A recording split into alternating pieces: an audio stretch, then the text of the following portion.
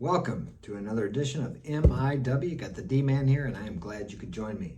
Hey, smash that like button, subscribe, share this with a friend if it is of value to you, and I know it will be. We are still continuing in the series with Neville Goddard's book, At Your Command. I have listened to this book hundreds of times. I've read it many times, and it's a valuable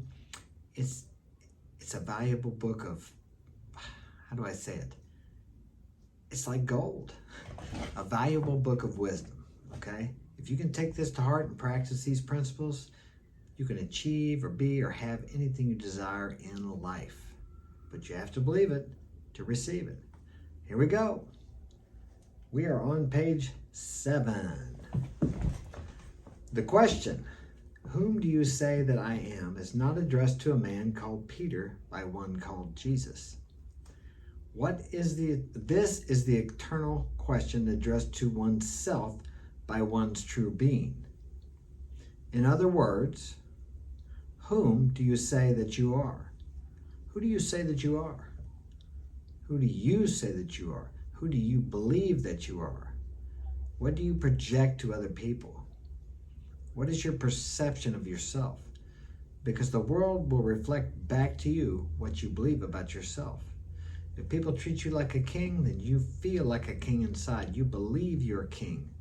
You think that you deserve to be treated this way, and you project that to the world. If people treat you like crap, then you have no value. You have low value. You have low valued yourself. You have devalued yourself.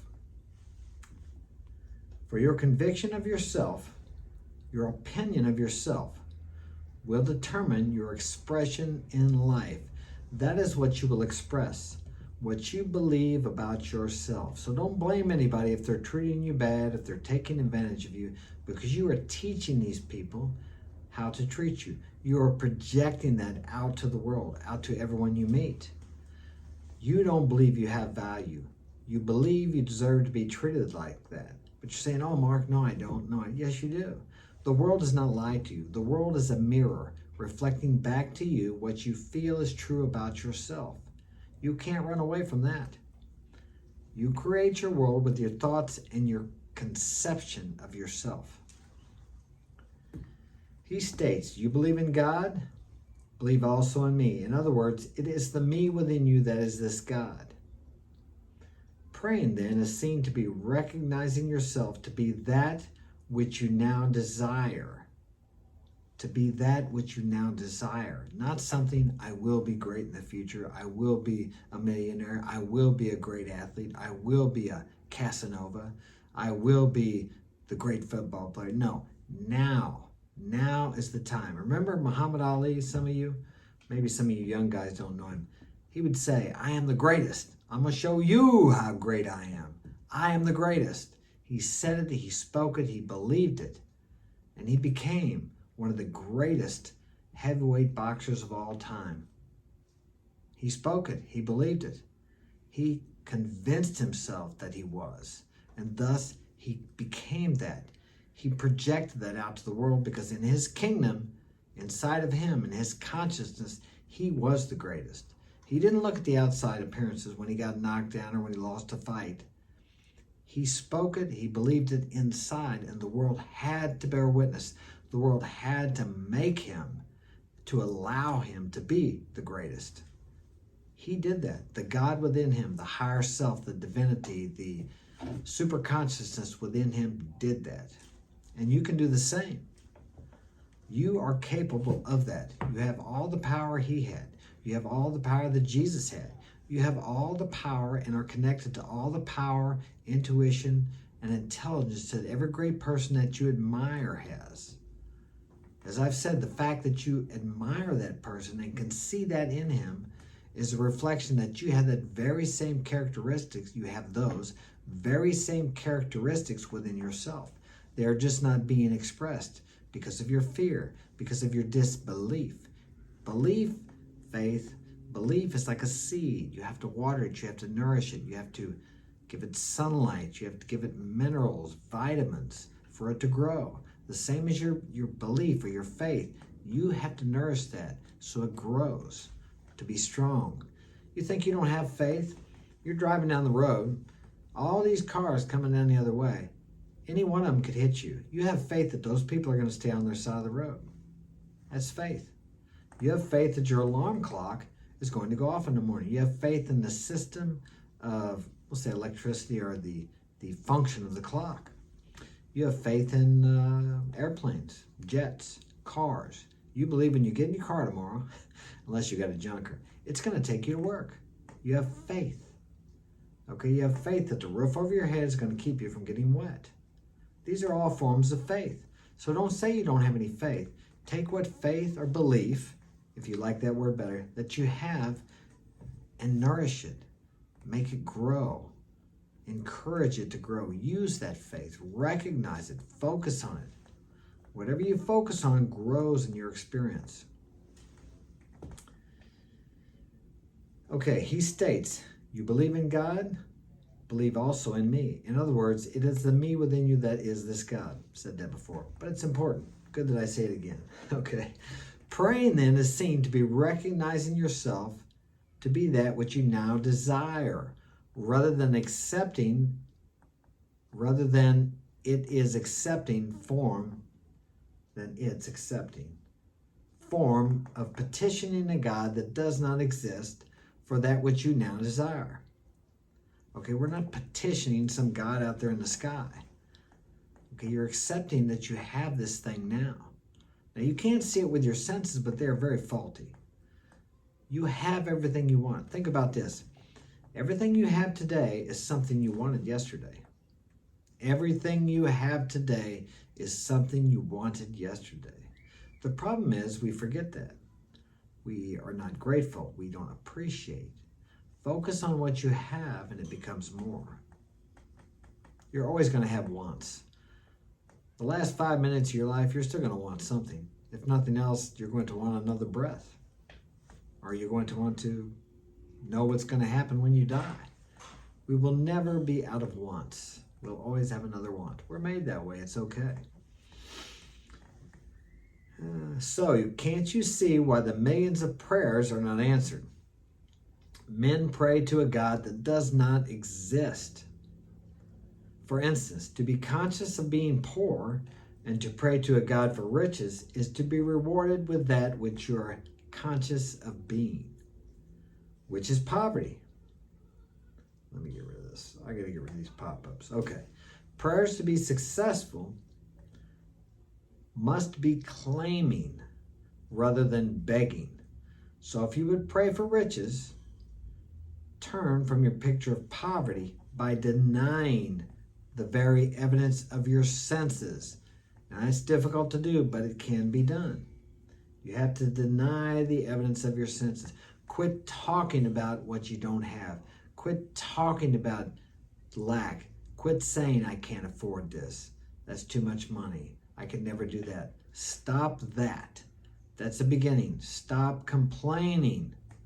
That was a difficult one for me. Stop criticizing people in your mind.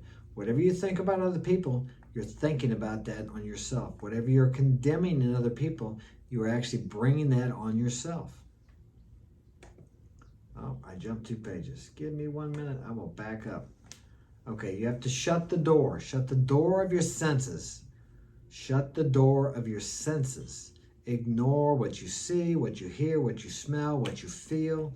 Ignore that and live only in your imagination. Yeah, I know it's hard to ignore something, especially if you have some kind of an illness or sickness which causes you constant pain. I've had things like that, okay? But you have to take your attention off of that. And every day you say, you know what? It's getting better. It's going away. I'm getting better every day. Every day I'm getting better. Because if you focus on it, it gets worse. And that which your Father sees in secret, which your Father sees in secret, your Father is within you. Your consciousness, your imagination is the power. Your imagination is the power of God, is the power of higher self, of superconscious, of divinity, whatever you want to call it. Call it what you like. We're not preaching any kind of certain religion here. Okay? And that which your Father sees in secret, only in here, You see that in your imagination, in here. Nobody else can see what's in your kingdom, what's within you. He will reward you openly. When you have it in here, it cannot help but appear in your outer world. That's how everything is appearing in your outer world today. First you had it in here, and then it appeared in your outer world. The secret place, it's called, because no one can get in there. No one knows what goes on in there. Only you. For example, you hear a story about some old woman walking in the street and she gets mugged and robbed. And this woman was so nice. She would stop and help you, even though she could barely get around. She would give candy to the little kids. She was so nice. She was so wonderful. Why did that terrible thing happen to her? You have no idea what was going on in here. She may have been sitting home watching ID Discovery, Criminal Case number 5, or all them shows all day, being completely terrified that one day she was going to get mugged. She probably felt it. She imagined it. She feared it. Fear is a magnet, the same as faith or belief. What you fear, you will attract to yourself. It's a powerful magnet. So you don't know what was going on inside of her head. She drew that unto herself by her thoughts, by her beliefs, and thus by her actions. We create the world we live in, either by your own consciousness or the group consciousness of a country, a nation, of a society. We draw unto ourselves what we are conscious of being. We have identified the Father to be the awareness of being, what you are aware of being. We have also identified the door to be the awareness of being. So shutting the door is shutting out that which I am now aware of being. You have to allow that part of you to die if you want to step into another consciousness. If you're poor now and you desire to be wealthy, you have to step away from the poverty. Okay, it's like they say, you can take a poor person out of the poverty. No, you can take a poor person out of the, how about this, the barrio or the ghetto. But you can't take the poverty out of the poor person. Okay, you can take a poor person out of the poverty, but you can't take the poverty out of the poor person. What that means is only that person can take the poverty consciousness out of themselves. You can put them in a different place, but everywhere they go, there they are, unless they change their consciousness. Okay, shutting the door on what I'm now aware of being, and claiming yourself to be that which you desire to be. The very moment my claim is established, created, to the point of conviction that I really believe it, that I believe I am that now. That moment, I begin to draw into myself the evidence of my claim. You will start to see with your senses then the evidence, the proof that you are this new consciousness, that you are this new person, that you have become that which you desired to be. Do not question the how. There are a million ways it can happen that you have no idea about. So don't try to figure out how. Sure, make a plan, but let the how go. For no man knows that way. You don't know how. There's no way you can know how. I had no idea I would be sitting here talking to you today. And here I am. That is, no manifestation knows how the things desired will appear. Consciousness is the way or the door through which things appear. He said, I am the way. Not I, John Smith, am the way, but I am. The awareness of being is the way through which the things shall come. The signs always follow. They never proceed. Things have no reality other than in consciousness. Therefore, get the consciousness first, and the thing is compelled to appear.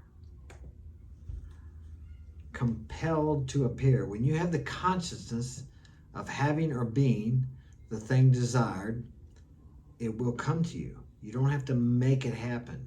It's being made to happen by a power or force that you don't understand. You are told, seek ye first the kingdom of heaven, and all things shall be added unto you. Get first the consciousness, the thought pattern, the mind of the things that you're seeking, and leave the things alone. That is what is meant by, you shall decree a thing and it shall come to pass. Your decreeing is ever done in your consciousness, within you. You decree, you create within you before it ever becomes an outer reality. This is so obvious. If you look at the world, as I've said before, all the things made by man were first decreed or created within the consciousness of man or a group of men together. A mastermind group. They got together and they created something. Many of these great corporations are many people together combining their money, but not just their money. First, it was their thought process before the money ever came into play. They had to create the idea of the group or the corporation or the company before it ever became a reality in the outer world. And it's the same with you. Whatever you want or desire, you create it first within you. Within you. Don't try to make it happen outside. Do the footwork, do what you're supposed to do, and then step back and allow. When you get another intuitive thought to do something, do that. When you're starting to feel frustrated or things aren't working out or like you're pushing to make something happen, that's the time to step back and allow the higher power, the God, or the force, or it's the force, I think, on the Star Wars show. Allow that to work. Now, see, people sometimes are so insecure they can't believe that something could pass or come to pass without them making it happen. Hard work.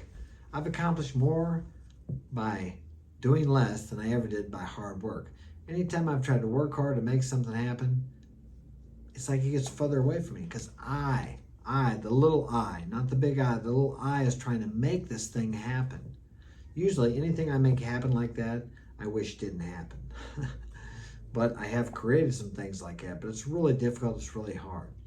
The best way to create is within your mind first. You can use that to take fears away. See yourself doing what you fear and being calm and confident. Feel how you would feel if you could do this thing. Whether it be, maybe you're afraid to get in an elevator. Visualize yourself walking in an elevator.